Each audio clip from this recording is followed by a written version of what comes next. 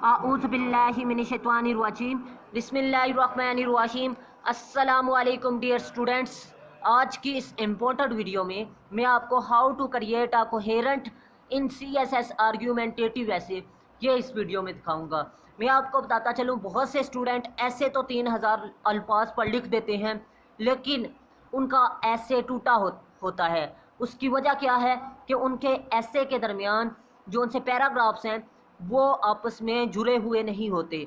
वो एग्जामिनर को ऐसे दिखाई देता है जैसे कि एक पैराग्राफ टूटा हुआ पड़ा है, ठीक है, वो ऐसे आपका मुकम्मल नहीं होता।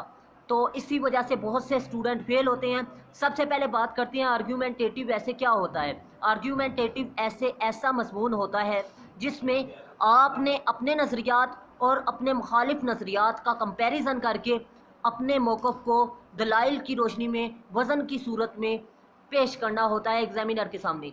अब बात करते हैं कि आपने कौन से स्टेप फॉलो करने हैं। तो आपका ऐसे कोहेरेंट यानी आपस में जुड़ा होता है, वो आपने 3 स्टेप्स फॉलो करने हैं। सबसे पहले मैं इनके नाम बताऊंगा, फिर उनके बाद आपको बताऊंगा इनमें कौन कौन सी चीज़ें आपने लिखनी है।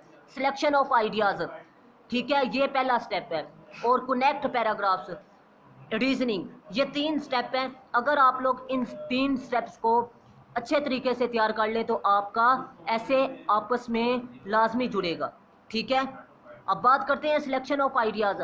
आपने write to the point material लिखना है जी। इसमें आपका जो सा आउटलाइन के आपकी आउटलाइन में और आपके हर पैराग्राफ में, यानी छोटे मतलब सब पैराग्राफ में भी और इसके अलावा मेन पैराग्राफ में भी आपने जोन से आइडियाज़, जोन से आउटलाइन बनाई है, जोन से आपने पॉइंट तैयार किए हैं, की वर्ड्स तैयार किए हैं, की पॉइंट्स तैयार किए हैं, वो आपके टू द पॉइंट होने चाहिए, रेलिवेंट होने चाहिए।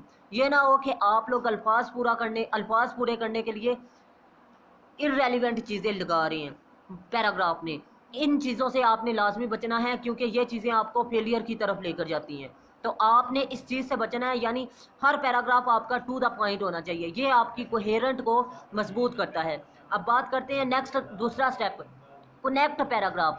हाँ जी, कि आपने मेन पैराग्राफ्स और सब पैराग्राफ को, मेन पैराग्राफ क्या है जी, मेन पैराग्राफ में आपकी आउटलाइन के मेन नकात हैं। मतलब आपने सबसे पहले इंट्रोडक्शन लिखा, मेन बॉडी और कंक्लूजन, इनके दरमियान आपके पैराग्राफ जुड़े हों, ठीक है, ये मेन है।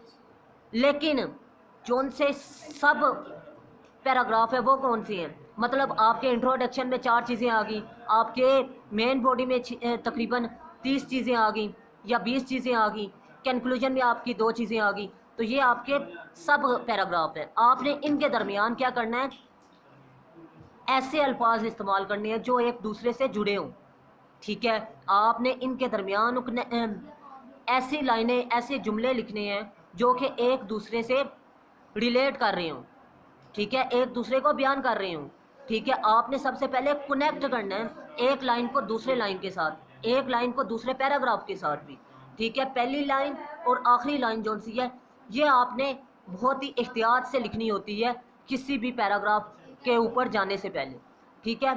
तो आप लोगों ने इन चीज़ों को मद्देनज़र रखते हुए दूसरा स्टेप फॉलो करना है। मतलब एक सेंटेंस आपका लाजमी बयान करे कि मैं अब ये बयान करने लगा हूँ, ठीक है। और आपका जोन सा पहला पैराग्राफ है, जोन सा आपने पैराग्राफ लिखा है, उसकी फर्स्ट लाइन जोन सी है वो आपकी बताए कि मैं इसका ये ताल्लुक है इसके साथ, ठीक है। पहली में ताल्लुक बयान करना है और दूसरी में आपने क्या करना है, मैं अब नेक्स्ट इस टॉपिक पर जा रहा हूँ। ये आपकी क्या होगी, कोहेरेंट का दूसरा पॉइंट भी क्लियर हो गया। अब मैं आपको एक अहम बात बताता चलूँ कि अगर आपको CSS के ऐसे की तैयारी में मसला पेश आ रहा है तो आप लोग लाजमी सिर्फ़ और सिर्फ 6 टॉपिक्स तैयार करें, और इन 6 टॉपिक्स में से आपके 300 से ज़्यादा CSS के ऐसे क्लियर होंगे। और आपको बताता चलूँ, इन 6 ऐसे में आपके 3000 अल्फाज टू द पॉइंट मैंने तैयार किए हैं ताकि आप लोग ऐसे को अच्छे तरीके से पास भी कर सकें। तो अगर आप लोगों की तैयारी अच्छी नहीं तो आप लोग ये CSS के ऐसे बाय कर लें और आप लोग तैयारी कर लें, इंशाल्लाह आप लोग पास हो जाएंगे। और ये इशू बेस्ड ऐसे हैं और हर साल इनमें से पेपर آتا ہے۔ اب بات کرتے ہیں next reasoning.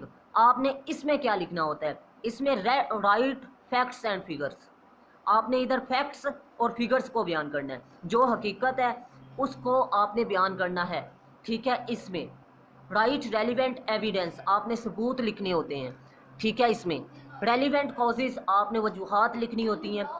Relevant supporting quotation, آپ نے اپنے موقف کو مضبوط بنانے کے لیے کوٹیشن کا آسرا لینا ہے، یعنی کوٹیشن کی مدد لینی ہے۔